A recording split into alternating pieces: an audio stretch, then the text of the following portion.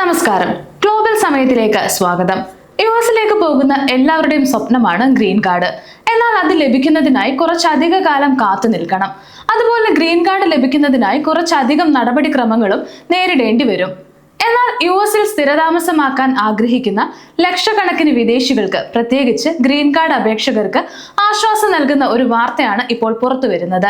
United States citizenship and immigration service അഥവാ USCISന്റെ ചില ഏകപക്ഷീയമായ തീരുമാനങ്ങൾക്ക് ഇപ്പോൾ US കോടതി തിരിച്ചടി നൽകിയിരിക്കുകയാണ്. ഗ്രീൻ കാർഡ് അപേക്ഷകൾ അനിശ്ചിതകാലത്തേക്ക് നിർത്തിവെക്കാൻ ഇമിഗ്രേഷൻ അധികൃതർക്ക് അധികാരമില്ലെന്നാണ് US ഫെഡറൽ ജഡ്ജിയുടെ ഉത്തരവ്. ട്രംപ് ഭരണകൂടം ചില പ്രത്യേക രാജ്യങ്ങളിൽ ഉള്ളവർക്ക് യുഎസിലേക്ക് പ്രവേശിക്കുന്നതിന് യാത്രാവിലക്ക് ഏർപ്പെടുത്തിയിരുന്നു. എന്നാൽ ഈ യാത്രാവിലക്ക് നേരിടുന്ന രാജ്യങ്ങളിലെ ആളുകൾക്ക് പോലും ഈ ജഡ്ജിയുടെ ഈ തീരുമാനം പ്രതീക്ഷ നൽകുന്നതാണ്. എന്താണ് കോടതി വിധി? ആർക്കെല്ലാമാണ് ഇതിന്റെ ഗുണം ലഭിക്കുക എന്നാണ് ഇന്ന് നമ്മൾ നോക്കുന്നത്. യുഎസിലെ Maryland district judge George L Russell III ആണ് ഗ്രീൻ കാർഡ് അപേക്ഷകർക്ക് പ്രതീക്ഷ നൽകുന്ന ഈ നിർണായക വിധി പുറപ്പെടുവിച്ചത്. 39 പേജുള്ള ഒരു വിധിന്യായമാണ് അദ്ദേഹം പുറത്തിറക്കിയിരിക്കുന്നത്. ഇത് ഇമിഗ്രേഷൻ നിയമങ്ങളിൽ വലിയ സ്വാധീനം ചെലുത്തുമെന്നുള്ളത് ഉറപ്പാണ്. ട്രംപ് ഭരണകൂടം ഇപ്പോൾ ചെയ്യുന്നത് യാത്രാവിലക്കുള്ള രാജ്യങ്ങളിലെ ആളുകളുടെ ഗ്രീൻ കാർഡ് അപേക്ഷകൾ പരിശോധിക്കാതെയോ അല്ലെങ്കിൽ നടപടികൾ എടുക്കാതെയോ മാറ്റിവെച്ചിരിക്കുകയാണ്. ഇത് നിയമവിരുദ്ധമാണെന്ന് കോടതി പറഞ്ഞു. ട്രംപ് ഭരണകൂടത്തിനെതിരെ ഏകദേശം 83ഓളം ഇമിഗ്രന്റുകൾ നൽകിയ പരാതിയിലാണ് കോടതി ഈ വിധി പറഞ്ഞിരിക്കുന്നത്. ഇവർ ഇപ്പോൾ യുഎസിൽ താമസിക്കുന്നവർ ആണ്. പക്ഷേ ഇവരുടെ ജന്മനാട് ട്രംപ് ഭരണകൂടം ബാൻ ചെയ്തിരിക്കുകയാണ്.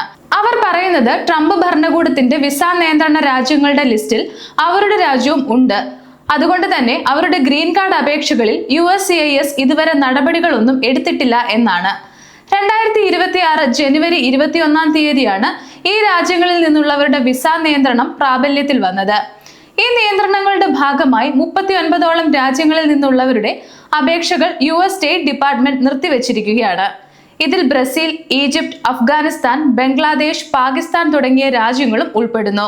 ഇവിടെ നിന്നുള്ള ആളുകൾ എല്ലാ യോഗ്യതയും നേടിയിട്ടുണ്ടെങ്കിലും ഉദ്യോഗസ്ഥർ USന്റെ സുരക്ഷാ നയങ്ങളുടെയും നിയമങ്ങളുടെയും പേരിൽ ഇവരുടെ അപേക്ഷകളിൽ പരിശോധന നടത്തിയിരുന്നില്ല.